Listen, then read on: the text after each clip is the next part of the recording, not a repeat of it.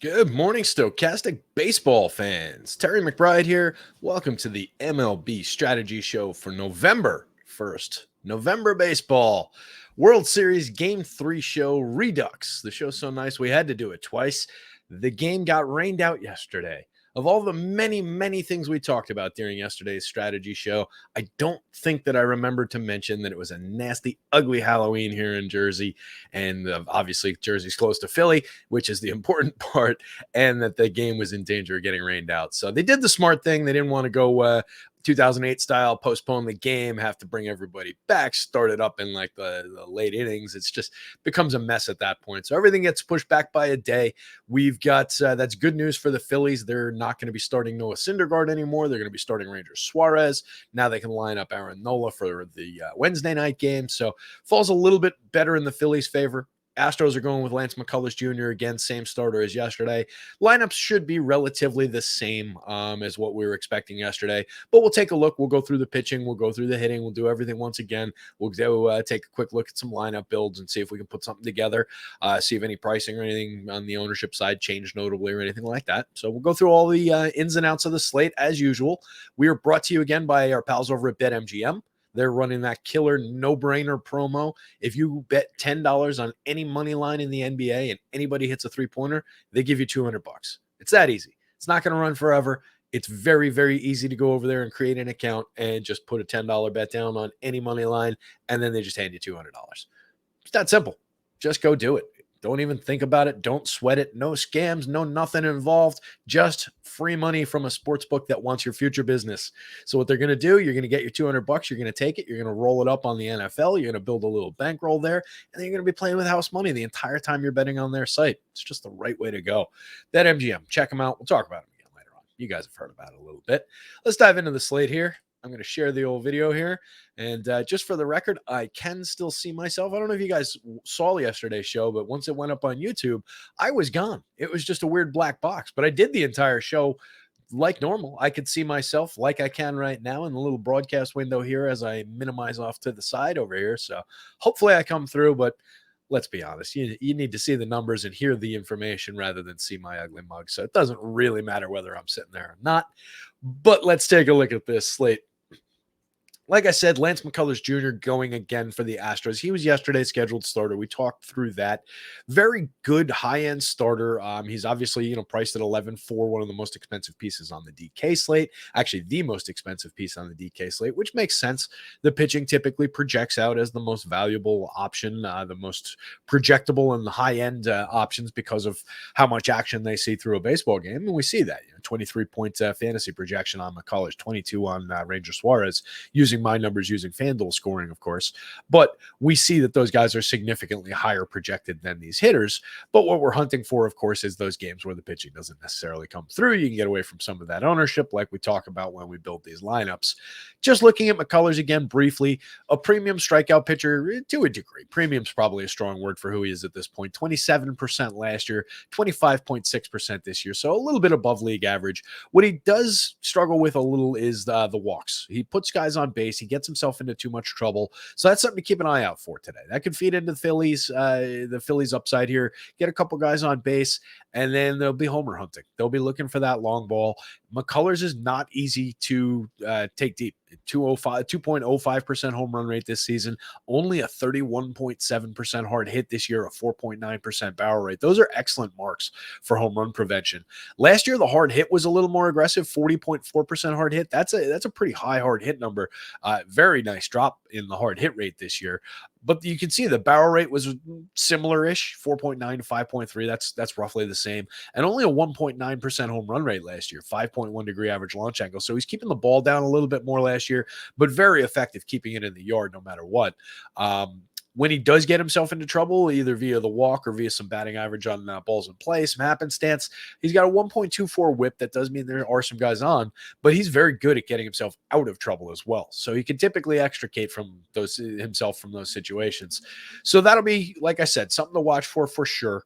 How he does if he gets into early trouble. If he puts runners on via the walk in the first, the second inning, does he get himself out of it without giving up any runs? Does he overexert? Does he throw too many pitches? Are they going to have to go to that bullpen? These are the questions they wrestle with McCullers. You might see a shorter start than if it was like a Verlander or somebody like that. In addition to his walks issue and everything that goes with that, he is a guy who came back from injury this year. As you can see, he only went 47 2/3 this year in 8 starts. So there is the lingering notion of, the not necessarily protecting the arm, because this is the spot that you're protecting him for. This is the World Series, but the idea that he might just not have the depth of start in his arm of Justin Verlander or somebody like that, or a Framber Valdez. So just something to consider, but McCullers a very strong option in the captain spot. Decent chance that he keeps the Phillies down. I should say that it is, again, another kind of gray, rainy-ish kind of a day. Probably leans a little bit more in favor of pitching in terms of the conditions, not really hitting friendly conditions here on November 1st in the Northeast. On the Philly side of things, I'm going to take a quick sip of coffee here, gang. There we go. On the Philly side of things, we go from Noah Syndergaard to Ranger Suarez. That's a big upgrade for the Phillies here, in my opinion. Suarez is very good at a couple things. One of them is keeping the ball in the yard. 2.27% home run rate this year, a 5.1 degree average launch angle, just a 6.8% barrel rate, 34.7% hard hit. And he bumped, he was a stronger strikeout pitcher last year, 25.6% strikeouts last year, and only a 0.96% home run rate last year. That was over 106 innings. This year, a little bit bigger of a sample, 155 and a third, and the strikeouts dipped to 19.5%. But we've seen him throw hard. We've seen him find some strikeouts in the playoffs. I think he's, not to put a term like finding his groove on it, but it does seem like he's found a little bit of an uptick in his stuff, and he's getting a little bit more into it. So we might see a bit of more of aggressive strikeout performance from him here. 19.5% is fine. It's a little bit below league average, but with a pitcher like this who keeps the ball down, keeps it in the park, it's going to be okay. He'll give up a little bit more contact than we would want necessarily against an Astros team like this. If he comes out and he's the 11.3% swinging strike guy with a 25.6% strikeout rate from last year, look out, world. That could be a very, very good starter. He threw 11 pitches out of the bullpen in game 1, which was why they weren't going to give him the game 3 start when it was yesterday. They had him slated originally to start game 4. Now that's changed. He's getting this start on basically a regular complement of rest. So I don't really foresee any pitch count concerns. There could be the idea that if he's having an okay game, not an overly effective game, but also not getting torched, he might end up coming out of that a little bit early. Like getting torched comes out early, obviously. Having a great game probably stays in for a full 6 innings into the 7th even. Who knows? In that instance where he's having an okay game, but they think, hey, we could probably get this same performance out of a long man out of the bullpen. He's not looking that great today. They might yank him a little bit early, 5th inning, something like that, just with the idea of, hey, we can then bring him back out of the bullpen in game 7 if we get there, if we need him. So they might want to keep a bullet in the chamber with him as far as that's concerned. But I'm not really sweating that. I don't think it's something we can project. I don't think it's something we need to worry about. It's just something I wanted to mention in case you do see him come out early. But Suarez, very strong option, and only 10-6. There's a nice price disparity of $800 between those two on the DK slate. So decent setup for the pitchers here. We'll talk hitting. We're brought to you again by BetMGM and their killer promo. Go over there, check them out, create an account, bet $10 on the money line in the NBA. They'll give you $200 when somebody hits a 3. I say when, not if, because it's a when. Looking at some of the hitters, basically the same. I'm using the Trey Mancini version of the lineup here. This is how we're projecting it at the site as well. I just expect that it's going to be Mancini, not Aledmus Diaz.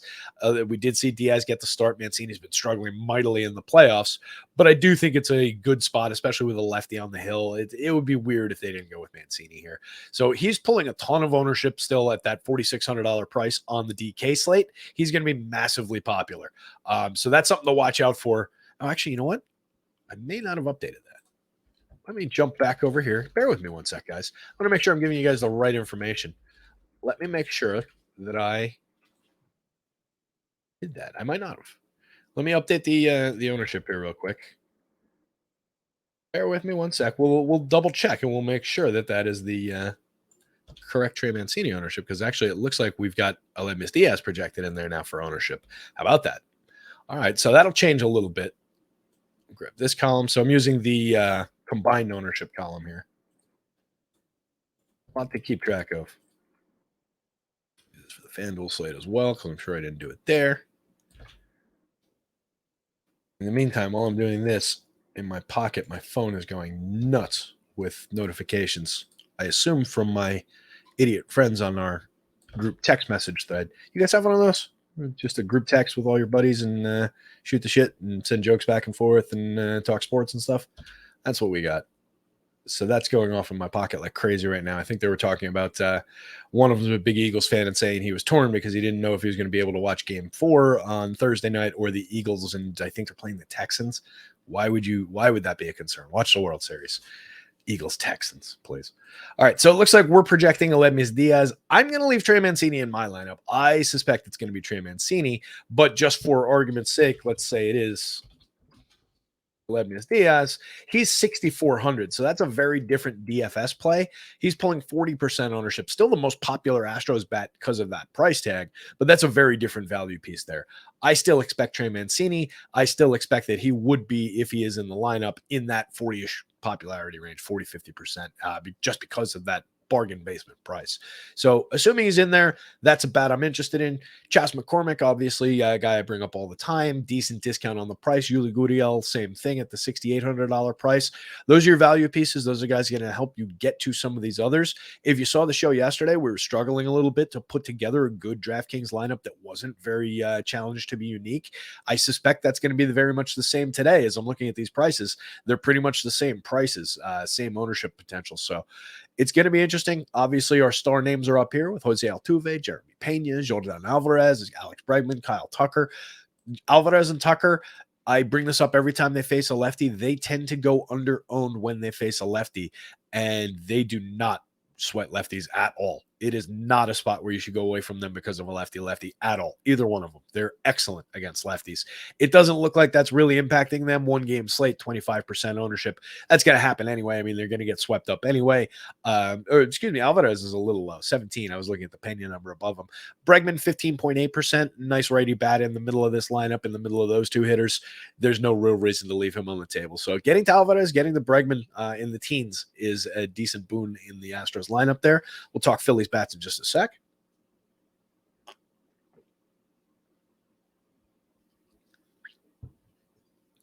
Philly side of things, exactly the same lineup as yesterday in the projected here.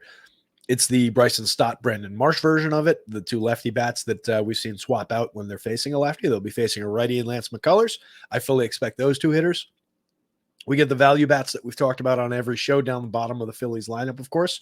From Bowman down, we get these great counting stats from fairly inexpensive players, 7,000, 6,200, 76, 48 on the DK slate, 6s, 5s, and 4s on the FanDuel slate. And you're getting double-digit home runs. 3 of the 4 guys have double-digit stolen bases to go with it.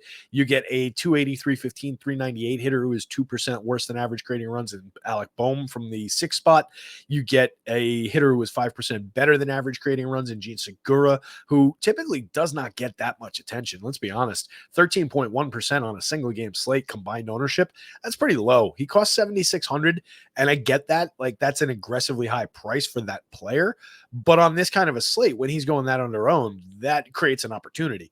So I'm just going to be hunting for some of these ownership spots as we're putting together lineups and trying to string that together and build us a quality lineup that's a little bit unique. Over on the FanDuel side, similar to what we've seen in the last few slates, where the star caliber players, the guys up at the top of the lineup, are getting more of the ownership attention because there are no salary multipliers. So you don't really have to game things as much as you do on the DK slate. And, that doesn't really force your hand. And the salaries are just a little bit more friendly on FanDuel. You can put things together a lot more easily, as we'll see in just a second. So you don't need to dip down to those values quite as frequently. That does create opportunity, of course, around guys like that who are going a little bit potentially under own, like an Alec Bohm at 16%, like a Julie Gurriel at 21%. So hunt for those on the FanDuel slate. It's a little bit less interesting, a little bit less of a puzzle to solve over on FanDuel. So we'll jump over to the board there and we'll talk lineups over here. We'll pull back, get away from the data and get back over to the constructor tool here. Well, let's talk real quick again about our pals at BetMGM, guys. They are giving you $200 I know I'm harping on this. I know this is the only promo read I do on these shows, but it's not even like I'm not even trying to sell you anything here. At the end of the day, I don't get anything out of you guys going over to BetMGM and making this bet and collecting $200. I'm trying to tell you guys, my friends who are here hanging out with me on a rainy Wednesday morning or Tuesday morning. Wednesday, Tuesday, who knows what day it is anymore. Rainy Tuesday morning, talking baseball for the second day in a row about the exact same slate. You guys, I want you guys to capitalize on this. Get your $200. Go over to BetMGM, create an account, bet on $10 bet on the money line. They're going to put $200 in your account when somebody in the NBA hits a 3-pointer. It's that easy. Then you use that, you roll that cash into that betting only cash into money from betting on football. You roll it into money from betting on the World Series. Then you take that money out of your account. Now you got money in your bank account. You still got some on BetMGM to keep on rolling your action with. Or you never play over there again, but you used house money to make your money. That's the point, guys. Go over to BetMGM, check it out, put $10 in. They'll give you $200 if you bet a money line in the NBA and somebody hits a 3. Cannot get any easier to get free money than that. That's enough business for now. Let's jump back into the slate here. We'll do FanDuel again first again, and just because it's less fun. Right. And the dog is like right down here hanging out with me and nosing my elbow. So if I accidentally knock the microphone over or spill the coffee or if you hear whining, that's why. Yeah, they're right on cue. Good boy. All right. Let's take a look at FanDuel here. So we need to go. We want to find a lowish owned MVP candidate here in these columns. And just looking down the boards, I think we used Rhys Hoskins yesterday. He's only 7,000 over there, 7.6%. JT Realmuto, 7,500. We do get ownership on Schwarber and Harper in the captain spot, but not really as much in the other ones. So I kind of like going that route with those guys. So I'm going to do a similar build, I think, to what we ended up with yesterday, which was Hoskins in the MVP and then correlating. I think we might have used Realmuto there, but let's do this. Right, so we'll go with a premium combination of hitters, but the lower owned of them in the captain role, and then we cut ownership basically down by what 5 and change percentage points there on Bryce Harper while still getting him in our lineup. We get this in correlated position where. Oh, excuse me. Actually, no, that's the wrong way around for the correlated position. So something I brought up on the show yesterday, I do like to try and correlate FanDuel lineups. Not all the time. It's not required here, but sometimes where if I'm doing a lineup, like the better way to do that would have been to say, let's go like Realmuto. Put Realmuto there and Hoskins here, right?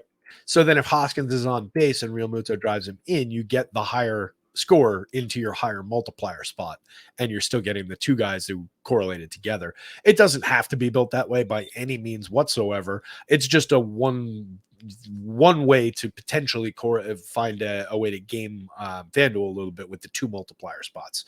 So let's do it that way. We'll leave it like this. We're using two relatively lower owned guys in those roles. We're using cheaper costs in those roles than if Bryce Harper was in there. So now we got 6,800 to spend here, and we can look around the board a little bit for some other options. With Kyle Schwarber sitting there at only 8,000, I think it kind of makes sense to grab him. I'm probably building the exact same lineup I did yesterday without really thinking it through. So laugh at me as you will if that's the case, but it's fun. And then we'll grab some Astros in like Julie Gurriel. Kyle Tucker is 88. Could I afford Tucker in this one? I forget. I don't think so. Right? That leaves me 5. No, I could. That's right. Because I could get to Brandon. Oh, no. Wait. That's 5. All right. I think this might be the same one I used. Right. But this is a nice little playable lineup. It's a Phillies onslaught going up against Lance McCullers, which I don't mind. Again, McCullers is a guy who puts people on base.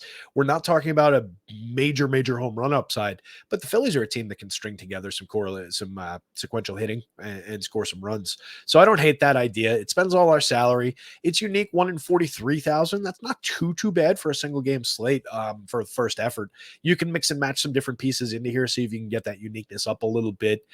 Maybe use a slightly lower owned person in the star position, like a Nick Castellanos Castellanos would get it down a little. Even if you drop down to Alec Boehm or somebody like that, it would go even further down. So it depends. You mix and match pieces until you find a combination that you like. But I actually kind of like this one. We've got Real Muto and Hoskins correlated up top. We've got Schwarber and his big bat. We've got Tucker's big bat from the other side and potentially a little bit lower on than he should be, maybe at 16.8%.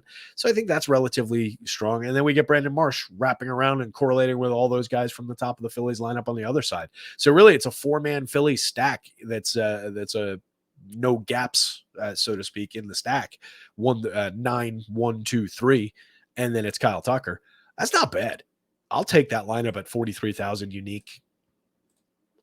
I'm gonna leave it. I'm gonna leave FanDuel on that one. I kind of like that lineup. I might toss that into the old contest there. If you wanted to juggle it, move Hoskins into the star spot. We can look at that real quick and see, because we did talk about that to start, right? If you wanted to do that, you lose that idea of correlation on those guys. I guess did it not matter, or did it not change? Those numbers didn't change. It doesn't like it when I do it like that.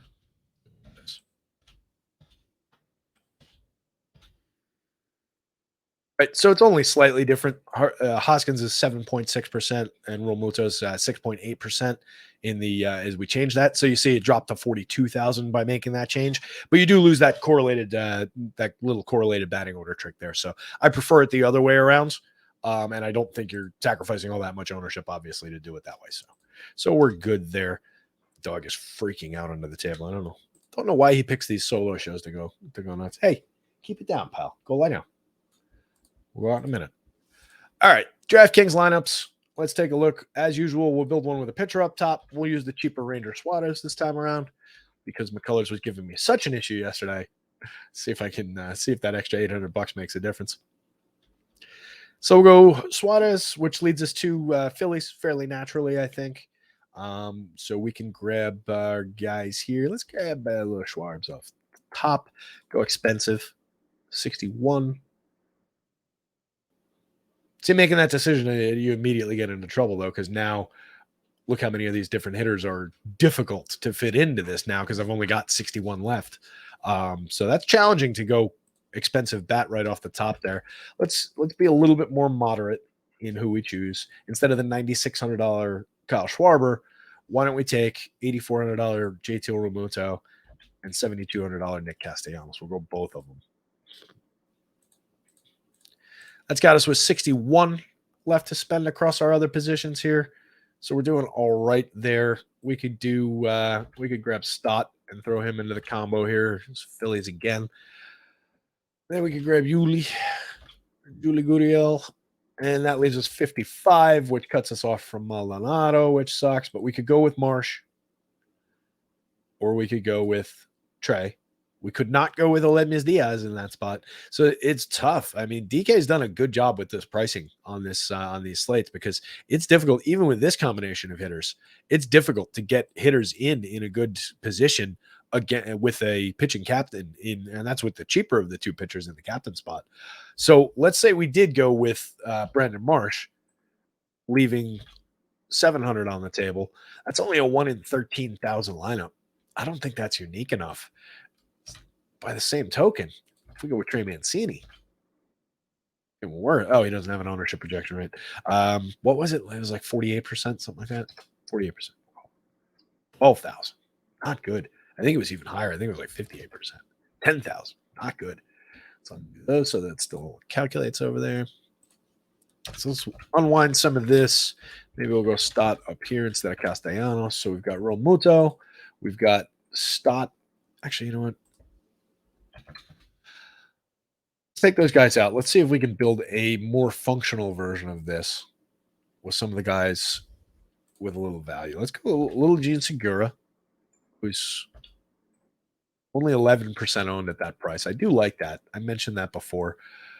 We could go with like a 3-man from down here, actually. Like a Boehm, Stott, Segura. That leaves us 66. So I can get McCormick. 67. Damn, I was hoping that would. I didn't do the math in my head. I was hoping I would get me Julie Gurriel there. Is there somebody that's slightly cheaper? No. So instead of Segura, if you went Castellanos, then you could get, I think. Yeah. All right. I think that's the best we can do for getting unique and using a pitcher in the captain spot without using one of the extreme value guys in Trey Mancini or Brandon Marsh, the $4,000 guys. That's close to the best combination of this lineup. If I sat here for another hour and messed with it, I could probably come up with something a little bit better. And this is where when people say, oh, well, optimizers, blah, blah, blah, what are they going to do for you? This is what optimizers do. They find these angles in these tricky slates. They don't see, but just by brute force, they mash them together and they find all these possibilities for you. They cover these possibilities that maybe slip past you, that maybe you don't see. So when people talk about the value of optimizers, we're lineup builders, even if you're only building one. This is really where it is. But at the very least, build yourself a little tool like this. It's very helpful if you're a single game player. So let's go with one without a pitcher in the captain role. I don't know if I mentioned it was 1 in 23,000 there, a 30 projection. Not the greatest home run upside in the world, but again, it was another day without a ton of home run upside visibly on the board anyway, with both these pitchers being very good at keeping the ball in the park. So let's go with one with a star hitter in the captain role. And we've used a lot of fills on that. Let's go with Alvarez. Jordan. Oh, both lefties from Astros. Let's wipe out the Phillies upside today. Both lefties from the Astros in this one. Alvarez in the captain spot. 66 to spend. So see, that's so much more friendly now. I can still use one of these guys and be okay. I could use Yuli and correlate him right into these guys. I think I might do that, actually. 65. Right here. My boom. And then we're at 65, which sucks because we can't get McCormick at that. I'd open my big mouth. I was hoping that we could fit McCormick into that as well. But if we don't use Julie there, say we do take McCormick off of there and don't worry about where he's sitting in the lineup in relation to those guys, minor correlation there. But again, a correlation one-game slate is not the biggest deal in the world. So that should get us a little bit more money to do something with. 67. So now nope, because that was McCormick that we already took. So with this one, we're kind of pigeonholed into using one of those value guys. We've got 6,700 left, so we'll take it a different route. With where we got greedy was putting Tucker into that lineup. So let's say Julie and Chas McCormick from the Astros side of things. So we take these two guys from the Astros side. Maybe you call it 2 home run hitters, maybe, and that leaves us 71 to spend, which is going to be more friendly. So we could grab those. We could grab that trio for an average of 68. We could include Segura for an average of 7, which I think is that's an easy 4-man to just grab right here, right? So 4-man stack from the bottom third of the Phillies lineup there. This spends all our money. It's 1 in 78,000 unique. So it's not the most crazy unique lineup in the world, but it's not going to be duped all that many times in a regular tournament. Premium bat in the captain spot, decent teammate in the util spot there, and the little stack from the Phillies. What it does do is leave out the premium bats from the Phillies side of things. It leaves out several of the premium bats from the Astros side of things. If we didn't use Alvarez here, let's say we didn't get quite so greedy, just save ourselves, we'll go with Tucker, right? Still an excellent home run bat. Gives us a little bit more upside to play with. Let's take Nicky Castellanos out of there. So if we take Castellanos out of that spot, then we've got 94 for this spot. Now we can get a little interesting. We could go Alex Bregman there. We could go Jose Altuve there. We could just miss Kyle Schwarber, but we could get Hoskins. We could get Realmuto. Right, so I think that one's a little bit more interesting. Let's say we wanted Hoskins. 1 in 88. Leaves 800 on the table, 1 in 88,000. That's not bad. We went Bregman. Bregman correlates in a little bit better with those guys. Go Bregman there. We're leaving $200 on the table, 1 in 124,000 uniqueness. pretty nice little lineup, to be quite honest. We've got Bregman, Tucker, and McCormick, all three from the Astros lineup. The cleanup 5 and 8 hitters, those guys are stringed together fairly well. And then we've got a little 3-man stack from the bottom of the Phillies lineup in Bohm, Stott, and Segura, 3 guys who hit in a row at the end of the lineup. I kind of like this one. That's not too bad. Reasonable projection, 30 projection. What did I say that the one with the pitcher? It was like 31, wasn't it? Something like that. So I think we're projecting out reasonably well here. I don't dislike this lineup. I think it's totally playable, and it gets us away from those crazy high constructions where it's it's difficult to build those pitcher lineups for one thing, and then they get duped. They're just the most common common approaches to doing this. So getting away from that is an easy starting point to building unique lineups. And as you can see, you can build lineups to project out fairly competitively. So I think it is a good way to go with this DraftKings slate on these single games. With that, gang, I'm going to remind you one more time, go over to BetMGM, put $10 in an NBA money line, and what are they going to do? You're saying it in your head right now. You're saying, oh, geez, he's saying this again. You probably already clicked off the show, but they're going to give you $200 if you go do that. So I encourage you to do it. Bet $10 on an NBA money line. They're going to give you $200 when somebody hits a 3. Hit the like button and the subscribe for me. Leave any comments if you got any suggestions, feedback for the show. I'd love to hear it. Or just say hi in the old chat down there. Let me know who you think is going to win the World Series. Whatever you want in the old comments below the YouTube window here. With that, I thank you very much for watching. Wish you luck tonight. My name's Terry McBride. This was the MLB Strategy Show, and we are out of here, gang.